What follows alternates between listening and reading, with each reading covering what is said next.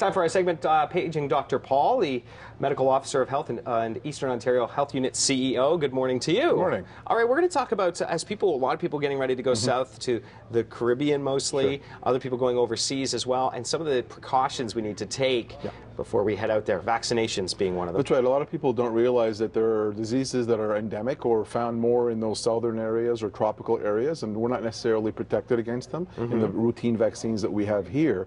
And so I urge everybody who's planning on a trip to do it right away, because sometimes you may need a couple of vaccinations a month or two apart, depending on where you're going. Okay. So if you're going to go to, I don't know, Mexico or Cuba or whatever, you talk to your doctor. There's websites available as to what precautions you need in certain areas. So for example, in most of those areas, it's hepatitis A and hepatitis B. Okay. And so you can get a hepatitis vaccination that protects you against those two. Now those vaccinations have to be given several months apart. Okay. And so if you want to travel tomorrow, it's kind of too late to do it. So you got to think ahead when it comes to that. These are liver diseases that can be found, and B, we were just discussing beforehand, hepatitis A, it runs its course through you and it's hard on you, and then it goes away, but hepatitis B is an ongoing issue. Hepatitis B is a problem because it's a chronic problem. There is no cure for it, and it can actually cause liver failure, liver damage, and even liver cancer as well. Really? And so there's no cure for that. So the best thing to do is to prevent it.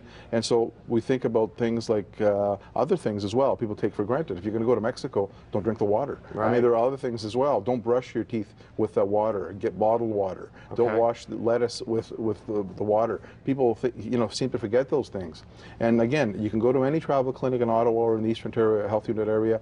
In our health unit, we have the travel clinics ourselves. Just call the health unit or call Ottawa Public Health or your own doctor and see what you need. The bottom line is you have to taper where you're going. If you're going to go to Florida, you don't need it. Right. But if you're going to go to Cuba, you do need it. Okay. If you're going to go to more tropical areas, for example, like Fiji or those areas, you might need other vaccinations. Yellow fever, for example, is endemic there. So we need to find out what is in the area that you're going to take the necessary precautions. Bottom line, speak to your medical professional. Exactly. They'll have a good idea. How long do the hepatitis vaccinations last? Well, usually we think that they're lifelong once you get them. Okay. So that's a good thing. Not a bad plan. And the other thing that I want to mention too, as we're talking off air, is that depending where you're going, malaria may be an issue as well. Okay. Unfortunately, there's no vaccine for malaria, but what we can do is give you a medication that will prevent you from getting malaria. And malaria is transmitted by a mosquito, and it basically injects the parasite into your blood, and it basically destroys your blood cells. And that's what happens with malaria. Wow. And again,